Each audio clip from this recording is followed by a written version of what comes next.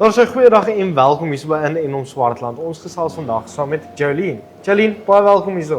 Welkom, is lekker om met julle te praat vandag. Dankie dat jy hier is. Jolene, vertel ons, in watter teenwoordigheid gesels ons vandag? Sure, ja, so ek is Jolene, ek is bestuurder van die Swartland Wyn en Olyfroete. En ek is nou al, ek is al 'n meubelstuk hier. Ek is al 20 jaar by die wynroete. En voor dit was ek bestuurder van die Weskus Streektoerisme Organisasie in Moreesburg. So vir 5 jaar en dis eintlik waar my belangstelling in wyn vandaan gekom het. En van daar af was dit so half 'n natuurlike skuif om by Swartland Wynroete aan te sluit. Sjoe, so jy sal sê die wynindustrie het maar met tyd saam as 'n passie geraak. Absoluut, ek dink dis iets wat jy leer liefkry voor. En veral as jy die mense ontmoet in die stories agter daai wyn, want 'n wyn is soveel meer as net daai alkohol wat in 'n bottel staan voor jou.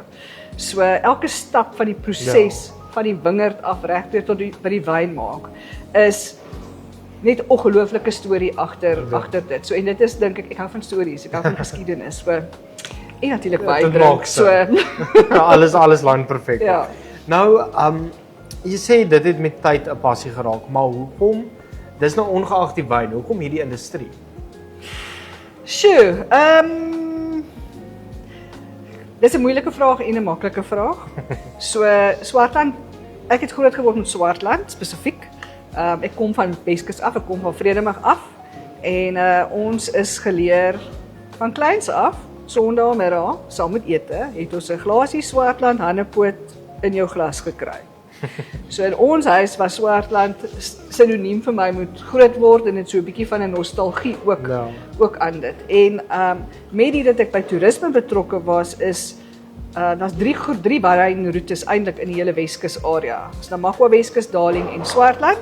En jy moet so 'n bietjie leer van wyn, want baie keer moet jy mense rondvat na plekke in die Swartland om hulle te gaan wys, of in die hele Weskus om hulle te gaan wys. En jy moet so 'n bietjie weet. Jy moet so 'n bietjie weet van alles. Jy moet so 'n bietjie weet van fynbos, jy moet so 'n bietjie weet van wyn, jy moet so 'n bietjie as jy in toerisme werk. Jy weet jy moet 'n master, wat hoe sê hulle? Jack of all trades, master of none. Dis ek par excellence. Dit so 'n bietjie weet dat jy so dit is hoekom die wyn en die wynbedryf. So ja, so ek is nie 'n wynmaker nie. Ek is meer aan die bemarking en skakelbeampte kant van die proses. Okay, en as ek as 'n kliënt nou na jou toe kom, wat offer jy alles vir ons? Goed, so die Swartland Wynroete se werk is om die Swartland as 'n kwaliteit wyn en olyfproduksie area en ook as 'n wyntoerisme area te bemark.